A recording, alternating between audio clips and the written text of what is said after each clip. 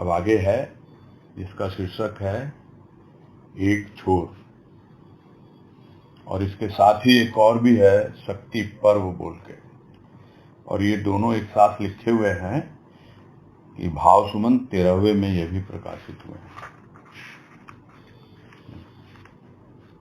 खैर लेते हैं पहले एक छोर।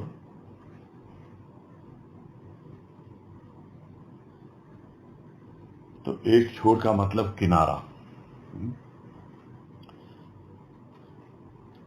तो किनारे पे यदि आ गए तो स्वाभाविक है अपने आप ही कोई न कोई पुल मिल ही जाएगा उस भवसागर को पार करने के लिए।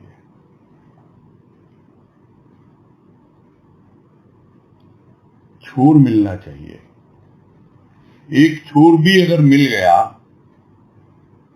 तो हम उसको पकड़ सकते हैं। दूर से हमें लगता है क्षितिज छोर है।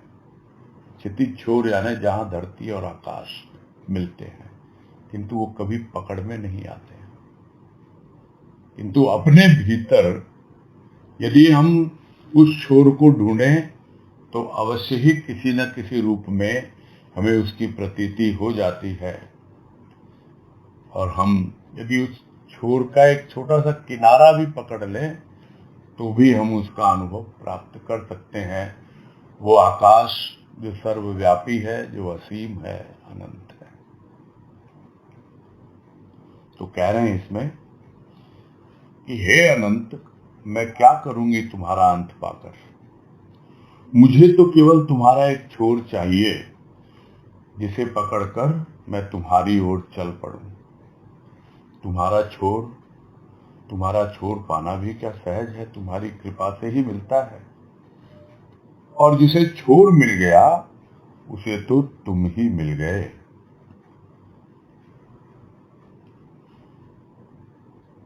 तो अनंत का अंत तो कोई पा नहीं सका है। ये तो बहुत अच्छी बात है। शुरू शुरू में ही अगर समझ में आ जाए कि मैं क्या करूंगी तुम्हारा अंत पाकर क्योंकि ये तो ऐसा असीम अनंत है जो लगता है कि ये क्षितिज छोर अब मुझे मिल जाएगा और मैं चलता चलूं कभी नहीं आता। भीतर में अनुभव में आ गया, पकड़ में थोड़ा सा भी आ गया एक छोर भी, तो हम उसकी ओर बढ़ जाते हैं। ये अंतर यात्रा है जिसको हम समझ सकते हैं कि थोड़ा सा भी एक अनुभव उसका मिल जाए,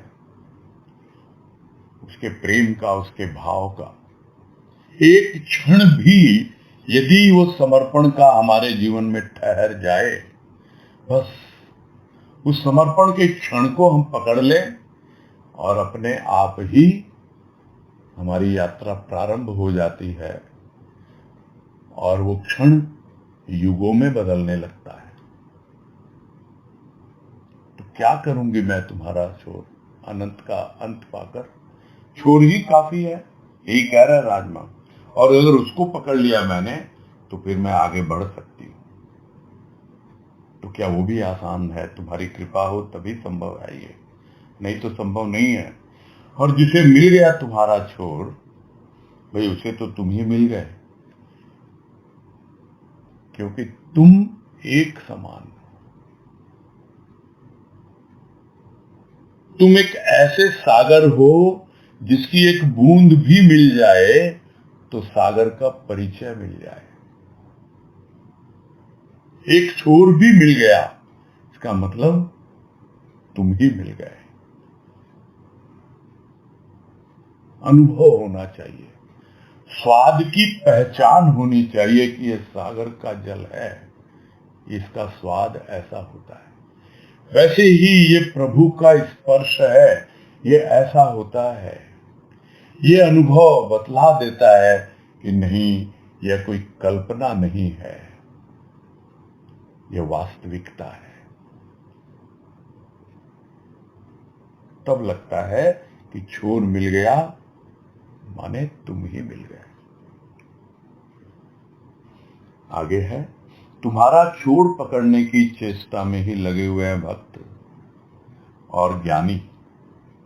जिसको स्वप्न में भी मिल जाता है तुम्हारा आंचल, उसे लगता है कि वह कृतकृत्य हो गया।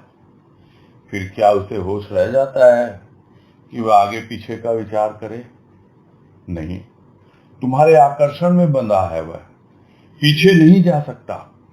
तुम्हारे प्रेम में निमग्न हो जो उसे आगे की प्राप्ति का आकर्षण रह नहीं जाता।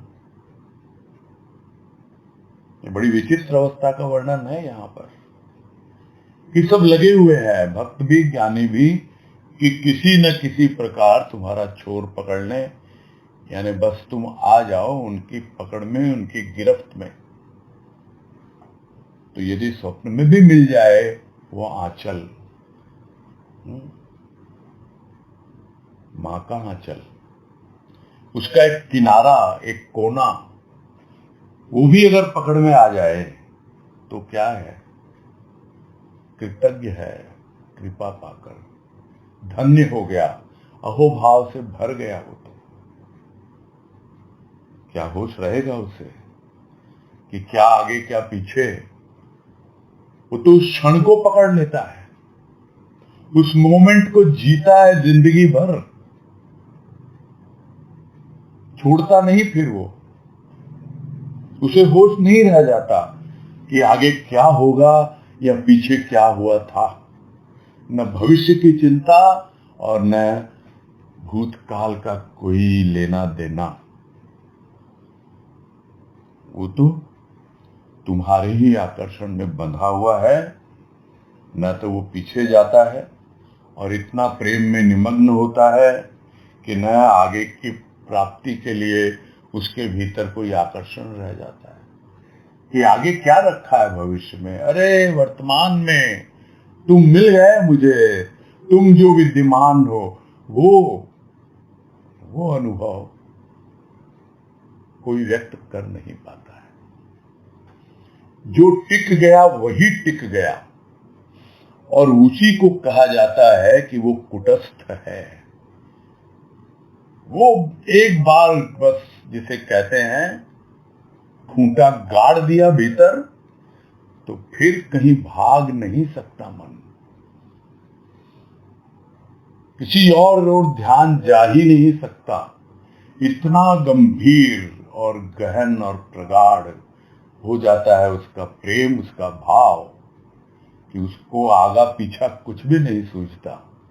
बस मगन है वो तो उस प्रेम में, उस भाव में। तो क्या अब उसके लिए आगे बढ़ना आवश्यक है? भक्तों की गति तो तुम हो। तुम्हारा छोर पकड़ लिया जिसने, वह न नीचे गिर सकता है, न उसे ऊपर उठने का श्रम करना है।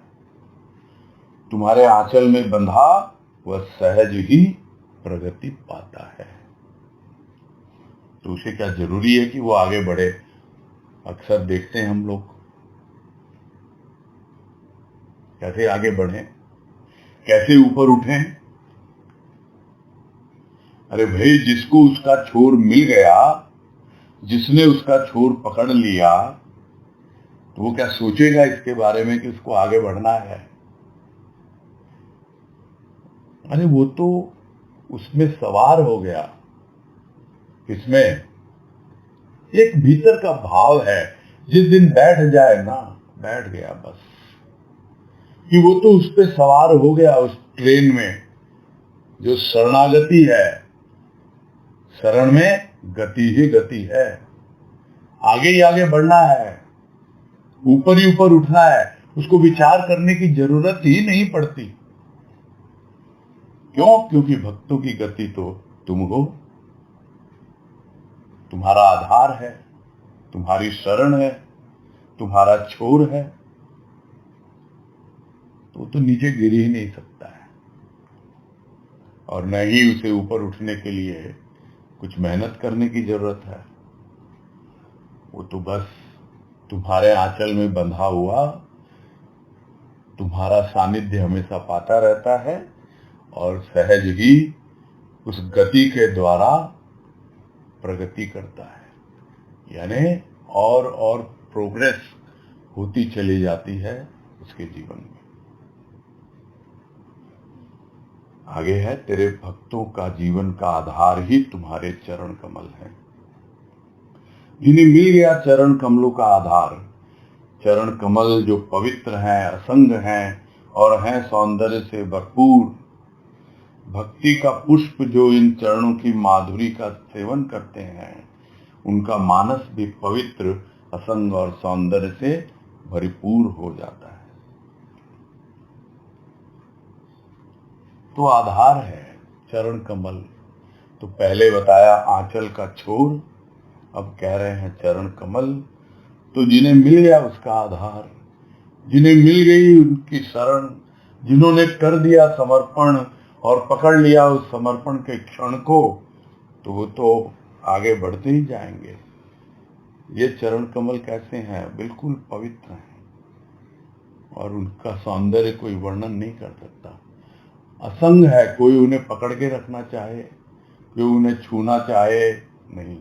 आधार है किंतु छू नहीं पाता। छोर मिल गया किंतु फिर भी क्या मिल गया? बिल्कुल मिला है। यह सूक्ष्म का स्पर्श है, यह स्थूल के स्पर्श से बहुत अलग है। और यह क्या है? चरण कमल, यह भक्ति का पुष्प है। तो जो इसका चरणों की माधुरी, यानी जो उसका पराग है, जो भी उसका माधुर्य है, जो भी उसकी कोमलता है, वो उसके साथ लगे रहते हैं, सेवन करते हैं। यानी एक ओर तो चरणों की सेवा करते हैं और दूसरी ओर उन चरणों को अपने मस्तक पर धारण करते हैं, तो अपने आप ही उनका अंतःकरण भी, उनका मानस यानी अंतःकरण भी पूरी तरह पवित्र हो जाता है और कुछ भी उन्हें छू नहीं पाता। फिर असंग का मतलब कोई दूसरी चीज अब छू नहीं सकती उसको। और जो प्रेम और भाव का सौंदर्य है, उससे हमेशा वो परिपूर्ण रहते हैं, भरपूर रहते हैं। भक्त के मानस सरोवर में जब तुम्हारे प्रेम का नीर अगाध हो जाता है, तब प्रकट होते हैं तुम्हारे दो पद पंकज। इन पद पंकज का आश्रय पाकर ही धन्य हो जाते हैं जो, वह क्या करेंगे तेरा अंत पाकर। तो भक्त का जो मानस सरोवर है वही मान सरोवर है, और उसमें प्रेम का नीर, प्रेम का जल इतना अगाध हो जाता है। अगाध यानी इतना व्यापक, और उतना ही नहीं, इतना गहरा। उतना ही नहीं, मुग्धावस्था जो कहते हैं, गुरुदेव बाबा वाणी में कहा, जब तक जल की मुग्धावस्था नहीं होती तब तक उसमें कमल नहीं खिलता। तो ये जो तुम्हारे दो चरण कमल हैं, वो तभी प्रकट होते हैं जब प्रेम का नीर एकदम इतना गहरा और व्यापक हो जाता है और बिल्कुल मुग्धावस्था बन जाती है, यानी पूरी तरह शांत हो जाता है। तब प्रकट होते हैं ये दो पद पंकज, जो हमेशा चरणों में, जिनका आश्रय रहता है भक्त के हृदय में। तो इन पद पंकज का आश्रय पाकर धन्य हो जाते हैं वो भक्त। तो क्या करेंगे वो? तो कितना व्यापक हो तुम, कितने असीम हो, अनंत हो, क्या इसकी खोज करेंगे? नहीं। उन्हें क्या आवश्यकता है? उनको जो मिल गया वो तो उसे ही संभाल कर रख नहीं पाते, छलक जाता है, बार बार बहने लगता है। जो है अपने आप देने वाला देता है। बस हम तो उसके दो चरण कमल, उनको अपने हृदय में संभाल के रखें। उसकी कोमलता का, उसकी पवित्रता का, उसके सौंदर्य का भंवरा बनकर रसपान करते रहें। तो ये लेख भी यही पूरा होता है।